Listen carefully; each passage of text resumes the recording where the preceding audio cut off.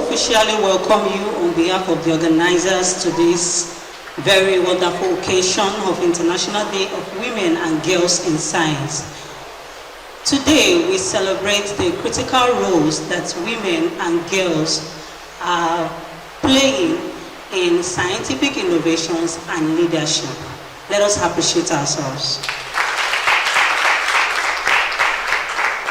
We are here today to mark the International Day of Women and Girls in Science. But I believe that the real day, I think, is March 8th, if I am correct, to celebrate the International Women Day. So probably, it's all encompassing, because you cannot talk about girls without women or women without girls. And we are talking about probably equality, that the way girls and women should be in the forefront when we are talking about STEM, that is STEM, which stands for science, technology, engineering, and mathematics. So as we gather here today to celebrate that, and this day should remind us of the contributions of eminent personality of female gender in scientific community, despite the fact that they have a lot of barriers and biases. Like I want us to honor the trailblazers in this field. It reminds me of people like Marie Curie. I think I remember when we started study of chemistry, the names always comes up. And as young as I was, I know that the female is what who bears Marie Curie among all the males that are mentioned. And she really contributed when it comes to radioactivity. And if you follow what goes on, our body lies in a museum in a city in France, and the museum was so much enamored, with very thick glass, because up to this moment she's still radiating radioactivities because of her work on polonium and radium. In fact, the history made us to know that she used to sleep on her bed with pieces of metals, polonium, which she wasn't aware then that it was highly radioactive. And her body so much absorbed radiation that up till now she is still radiating, which is still dangerous woman, and I'm sure that one led to her untimely death. I think we should clap for her even in death. This event is to mark 2025 International Day of Women and Girls in Science. In 2015, United Nations General Assembly declared 11th February as the International Day of Women and Girls in Science. And so today we are celebrating the 10th anniversary of this day. Can you clap for yourself for being here? It is worthwhile to declare this day for women in science. My Provost and women of substance who have thrived in the field of sciences, engineering, technology, and mathematics. And so I'm happy to be here speaking to you that women are a special species. If you are a woman, you have to be grateful to God that God made you a woman. And we continue to celebrate ourselves. Building a future for women in science is a very crucial for building a future for all. And yet, women and girls continue to face systemic barriers and biases in pursuing science career. So we are here to encourage the young ones that you can do it. What a man can do, the saying said that women can do better. When you see the fellow women that have passed through the hurdle, making herself distinguished in a society as a scientist, you have to nod your head and say, yes, I can do it. And that is why we have invited you here to listen to these great professionals in the field of science today. Closing the gender gap in science requires breaking stereotypes, promoting role models to inspire girls, and that is why we are here today. Supporting women advancement through targeted programs and fostering inclusive environment through policies and action that promote inclusion, diversity, and equity. We are in a culture where women are always being neglected. But thank God, women are coming up. And that is why those that have actually climbed the ladder are here today to encourage the young ones. The theme of this year's celebration is Women and Girls in Science Leadership, a new era for sustainability. Today, New STEM and NIWOD has deemed it fit and worthwhile to bring brilliant and successful women scientists to enlighten us on various ways to maximize our potentials as a leader in every aspect of career, in every aspect of STEM career. So today we are going to listen to distinguished professionals in various aspects of STEM. Among them we have geologists. I know many people doesn't want to go into that area. Today you listen to a successful professor of geology. STEM refers to study of science, technology, engineering, and mathematics. You know, most people don't love mathematics. And I used to tell my children, because when I was growing up in my primary school, I led throughout. No man can beat me in mathematics. I loved it with passion. That's why I do not do nursing, because when I enter Oyo State University, then I entered through degree, because my JAMB was not released for almost 4 times. But I didn't give up. I keep on pushing. You know, I have a humble beginning. I was a laboratory prefect in my secondary school. I went to community grammar school, challenge them. At the back of Glow, we used to wear yellow, and you know, I'm from humble beginning. I will walk in the morning before going to school.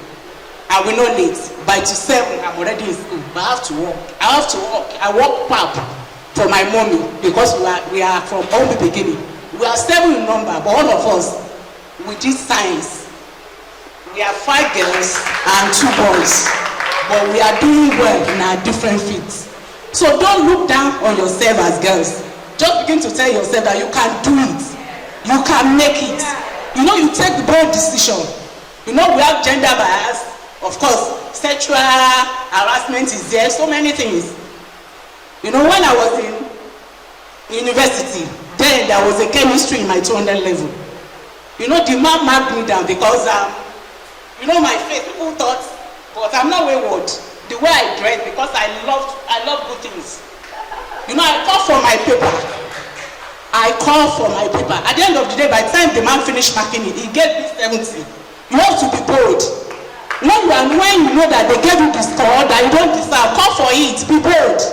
And you do it both spiritually and physically. Girls, don't give up. You can make it. We know there are gender bias there, but you should be courageous. Don't give up. That thing that you don't know, tell yourself that you can do it. Thank God my parents assist me a lot. That's why I wrote it there. I will say today more girls are enrolling in school than ever before. However, we encounter disparities. You know, men. Let me just chip in. Last year we did some interview in a place of work. We have 7 colleges. You know, out of that 7 colleges, they only gave 1 slot to a woman, because she was the only one that applied in that side. I don't know. Women, we have to come together. We have to fight this fight. We have to say colleges, they cannot give 3 to women. It's too bad. But women, we are not helping ourselves. We have a lot of things to do. You know, the arrogance is there, the pride. Let's kill our pride and the arrogance. We should come together as women. We should help ourselves. Because we need to get there. And I know we are getting it. We are getting it. Limiting the educational participation and benefits. There are challenges that arises from biases, societal expectation. Even parents at home, they will send the girls to the kitchen. Go and do the house work.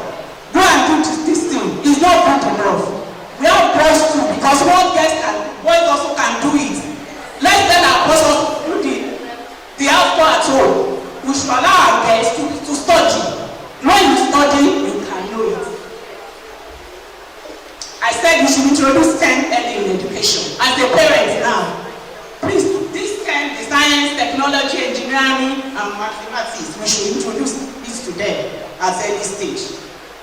My parents help us a lot. When we are growing up, my daddy will buy English, mathematics textbook, and science compulsory. We buy those 2, 3. And peradventure, after the whole time now, you came short, you will explain to my daddy. He will tell you that somebody that came first doesn't have friends.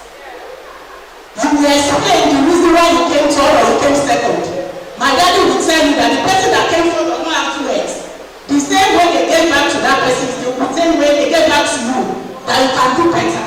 So we should encourage our kids at home, especially our girls. You know, most people used to run from mathematics. I used to tell my children that mathematics is the easiest. It's very easy. Calculation. It's very, very easy than reading. Once you know it, you have know it, but it needs constant practices. We can see that opportunities are bound in the field of STEM for women and for girls. Then the second point says that diversity and inclusion are essential for innovation and progress. The world understands it now, and that is why I believe you will see that in a year, the number of days that we have to celebrate women and girls, I think is up to about 5 or even more now. So that's to tell you that many people are now understanding the fact that when you train your women, just like the anchor and even Professor Atitola said, we as women, we are nurturers. There is nothing that is committed to us that dies. We nurture those things and we bring forth fruit. We are always successful in anything that is committed to us. Then empowering women and girls in science can help to address global challenges. So I want you to know that. See this graph now. Everything, all the fields of sciences, we still have women and girls not up to 50% in any of those STEM fields. So that's to tell you that we as women and as scientists, as girls in science, we have more opportunity, especially in this field of science. So we can see this particular, the words that we have here is further stressing what has been experienced. They said the underrepresentation of women in science, technology, engineering, and mathematics field is a well-documented issue. It's something that is all over. So it's not just for us in Nigeria. All over the world, that is what that graph is telling us. So that's to tell you that there are several opportunities. Opportunities are bound in the field of STEM. So what is the current state of women in science? So we can also see this particular, I brought out this graph. You know, this is your generation is a sight and sound generation. When you see things, it speaks better. There's a tendency for you to remember it more. So everything is pointing to the fact that the percentages of women and girls in STEM, even though it has increased from what it used to be, but the truth is the level of increase is still very, very minute. It's something insignificant. So, and that is why we are telling you today that we would like every one of you to also come into a field in STEM so that you can contribute your quota in solving global challenges. So this is also telling us, like the first graph now, the blue part is showing the males that are in that particular field, while the black part is showing the female. So where you have the highest number of, where you have females more dominated than male, it feels like nursing. And many of us know that it's mostly women that you find as a nurse. You know that. I can see you raise your yes. But we need to change those narratives. We need to change those narratives and stop putting a bar on ourselves. A nurse will always be subjected to a doctor. So why can't why can't we be doctors that nurses will serve under us? Do you understand? You don't have to put yourself and believe that no, it's only some professions that are meant for you. No, every profession you can excel there. So it's high time we stopped limiting ourselves by placing and just believe that no, some professions alone that we can excel in. Then I would like to tell you, when you talk about emerging trends in women and girls in science, you discover that as of what we have today, as a scientist or as a technologist, an engineer or a mathematician, you discover that there are several opportunities, several fellowships, several scholarships available for you in the field of science, which is not so with the other courses like the social science and then arts and humanities. Because they know that, see, as scientists, as technologists, we are there to make things easier for people. The last time I was in US, I've discovered that now, in fact, they've gone past all these ones that, okay, you book a Uber, you book a ride from one place to there are cars now that they don't have drivers driving it. Historically, women have had to fight for every right that they have. Nothing will be handed to you. The right to live, the right to education, the right to vote, the right to publish, the reproductive right, the right to benefit from a will. There's no right under the surface of the earth that we have not had to fight for. Equal employment rights. Violence against women. If you don't fight your cause, nobody's going to hand anything over to you. And that is why we are learning the right way to fight, and to fight well, so that we can get more people, on our side. There's more to fight for. Although our most atrocious fights are behind us, but it doesn't mean that we have to go to sleep. Not yet. We have to continue to knock on those doors. We have to continue to break down those barriers. We have to continue to, fight those biases that are perpetuated, whether by the society or those that are amplified by us as well, because sometimes we are our own worst enemies. We have to learn to shine the light on these things so that we can get better, we will know how to fight better and improve the situation. Now, stereotypes, what stereotyping does is that it leads people to treat both male and females differently. Having different standards for the male gender and another one for the female gender. And these stereotypes can begin as early as 3 or 4 years of age. For example, research has shown that boys, by the time they are 3 years old, they tend to accept information or instruction from a male man than from a female. And sometimes we are the ones contributing to this. You're a parent, a mother at home, and you are saying when your daddy comes or your daddy will. So they already know that what if mommy is saying anything, I don't have to listen. When daddy comes, what daddy says is what I'll be tuned to listen to.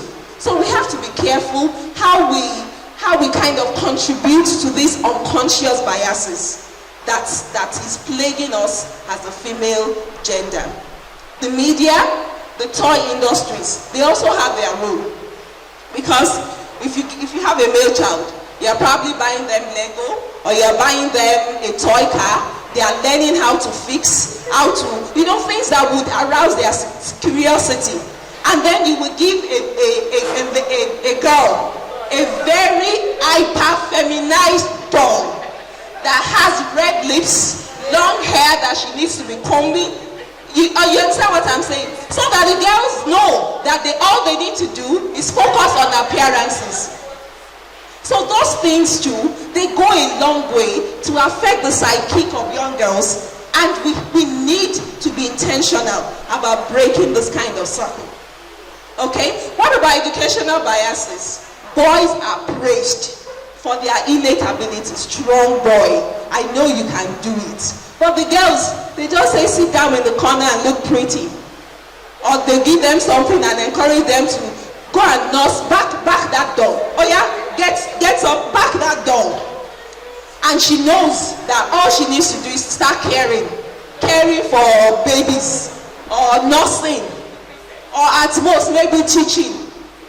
So all these biases, we need to begin to confront them so that girls can be encouraged. We have all the skills. We have all the skills necessary for solving problems, encourage them, their curiosity to think about how to solve problems. So some of these stereotypes definitely have a ripple effect, and it encourages, or it shapes, the kind of career that girls decide to go into. Whether we like it or not, it affects their career aspirations. It even influences the kind of underrepresentation that we have today in STEM. So we need to be more intentional and know that a diversity of perspectives, of opinion, of approaches to solving problems is needed in order for us to have success. Any country, you need that diversity of opinions, of perspectives, and they need us as much as we need them. Now, leadership from the first one I have is guiding others. It involves somebody guiding others to solve problems and achieve goals. There's something that needs to be done. There's a destination we need to arrive at. So somebody is, leading that course, leading others and leading them in the way that we have something we have to achieve, and let's do it together. It can come in the form of, you have a science project and you are working in a group. Somebody will need to lead it. Somebody will need to work together to have a plan, to execute that project, and also to analyze the results at the end of the day. And leadership can also mean that you are somebody who is an embodiment of knowledge. Now you can share that or teach others the new skill you have acquired. You can empower others to succeed. So when you talk about leadership, it's in different phases. It is in different formats. So where you are seated as a girl in STEM, you are a leader. If you check yourself very well, you are leading someone. You are leading a course. You are leading a particular program. You are leading a particular project, either in school or out of school. Leadership means speaking up for a good idea. We've heard that when there's a good cause, speak out, speak up about it. That is leadership as well. Now, we've been talking about why we're focusing on women and on girls. Why we're focusing on women in STEM. And we have heard over and over again that when you have women, we bring something we call innovation. We bring innovation. I want to draw attention to the fact that as women, as female, let me say female gender, there are some natural embodiments. There are some natural potential that's how God has created us to be. Natural qualities you have as a female gender created by God in that particular way. Number one I want to mention is empathy. Someone should say empathy. Now all these points I'm talking about, you will see them as something that has imputed in you naturally as a natural leader where you are in your sphere of influence. Women are naturally people that show empathy. You put yourself in somebody's shoe. If something happens to a child and the father and mother are there, who will shed tears? Who will you see crying? A mother, you will usually see a woman crying because that is how we are made up naturally. Another thing I always know is that women naturally have what we call persuasive power. What did I say? You have the power to persuade others. And go to your uncle before and say, uncle, I need this, and your uncle promises that come tomorrow, I'll give you. And by the time you get there tomorrow and he says I'm not giving you, and when you try to find out, maybe the wife has said we are not going to give it. That's a negative way of using that power. But I'm telling you, naturally, that's the power God has given to you and me. As female, we have that persuasive power. Other things are compassion and all and all and all. Now I'm going somewhere. What are the importances? Why do we need to have girls or female leadership in STEM? Why should we have leaders who are female in STEM? And I've put some reasons here. Number one, diversity. Women, we bring different perspectives. Somebody has mentioned, and it was part of what I was having in mind, that we multitask. And that's, we're not trying to blow it. I'm not a feminist. But it has been proven scientifically, biblically, in every form, shape, and manner, that a woman can take 20 things and be doing it together concurrently, and none of them will suffer. But when you choose a man faces one thing per time. Until he has finished this, he doesn't move to the next one. So because we are naturally endowed to multitask, we can do many things together, and that is one of the first attributes of a leader, an effective leader for that matter. So when we bring us as female in STEM, we bring different perspectives, different areas by which you can address situations and problems. Women leaders bring unique insights and experiences to the table. I can tell you by experience. I've occupied, and I'm still occupying, different positions as a woman, both here in my secular work and spiritually. And in those leadership positions, I've had my leaders saying that you outperformed even the male counterparts. That's the truth. It was not me giving myself mark or grade. I've had even my male superior saying you outperformed, you did better than even the male person that was there. And that is the thing in you. That is who you are. We have a way to bring insights, deeper things, experiences, everything God has put in us. Passion is one of it. And when you put all these things together and put into that role you're occupying, it ends up bringing something unique, different from what you have seen before. I want to appreciate each and every one of you for taking time out of your busy schedule to be here today. Most especially, I want to thank the Provost, Federal College of Animal Health and Production Technology, for accepting to host us at a very short notice. We appreciate the Provost. Please extend our greetings to him. God bless him richly. I also want to thank all the schools that we have invited. Like we said, yes, we needed more of a public schools, but the bureaucracy of what I want to do to bring them here is a bit beyond our control, and they are not able to be here. So we want to thank the schools too, because it was also at a short notice that we invited you. Most especially, I want to thank the students of Toby International School. They were the first to get here. Please give them a round of applause. I appreciate all the other schools as well. And I believe that when next to call upon you, you will be able to come. And I believe that I'm going to see each and every one of you at the top in science, technology, engineering, and mathematics. Thank you to all the researchers present too. I wish us all a safe journey back to our various destinations. Thank you, and God bless you all.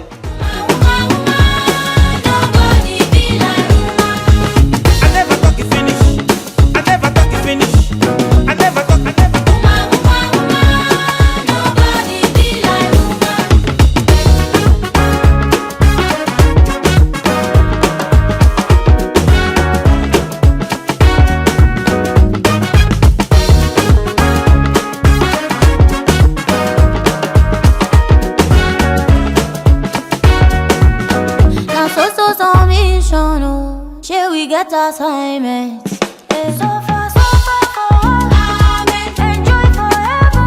But you know, pay attention. My candid advice to them is to remain focused. If you want to achieve success in life, whatever you are doing, not even only women in STEM, You have to remain focused, because if you are focused, you know what you are looking up to and what you want. When you are focused, you'll be able to set your goals right and follow your goal. One of the things I learned from award fellowship, which is African Women in Agricultural Research. I got that fellowship in 2015. They trained us in so many aspects of a career as a woman, and they will ask you to set your goal. You set your goal every day. Bring out that your goal. That in setting your goal, write it down. You write it down every day. Read it as your Bible. Out of the goal you've set for every year, have you achieved this one? It will help you to always put you on a right track. You'll be monitored. It will be a kind of monitor to you, and it helps to push you forward. So when you set your goal right, try to remain committed to your goals, notwithstanding pressures or distractions that may be coming your way. So you find out that you'll be moving despite all the challenges you'll be facing. You find a way of navigating through. So the advice I want to give to young girls: you remain focused, set your goal, what you want to achieve in life, and be committed to your goal, and then be dedicated to your God. Because without God, you cannot achieve anything. When you are dedicated in serving your God, God will see you through to gain all that you want to gain as a person in life. And the purpose for which He has created you, you will definitely achieve it. Females have to be put on the right track. You know, we're in a society that females are being put aside in everything. We had so many discussions today that our guest speakers brought to us about marginalizing females in every aspect. So it's a very good initiative, and that's why we are pushing for it. That is why I have a passion to bring this kind of training for young ones. You have to make a woman be what God has created her to, what God has created her to be, so that we will not marginalize women in everything. Culturally, women are being marginalized, and that's why we are pushing forward. That we cannot continue to be like this. We have to break the ceilings, break the barriers, and it's a very good one that we are pushing ahead to see that the young ones will not face what we encountered growing up as a girl child that aspires to go to school, as a girl child that wants to be relevant in the society. You find out that many things will pull you down. Apart from family background, society doesn't want you to come up. And this is not what God wants from us. It's out of society or cultural perspective, which is not helping in building sustainable future for our generation. So like the theme for our workshop this year, that's International Day of Women and Science in Women and Girls in Science, is Women and Girls in Science Leadership, a new era for sustainability. If you want to sustain any society, let women be at the forefront. Let women be accommodated. Give women role.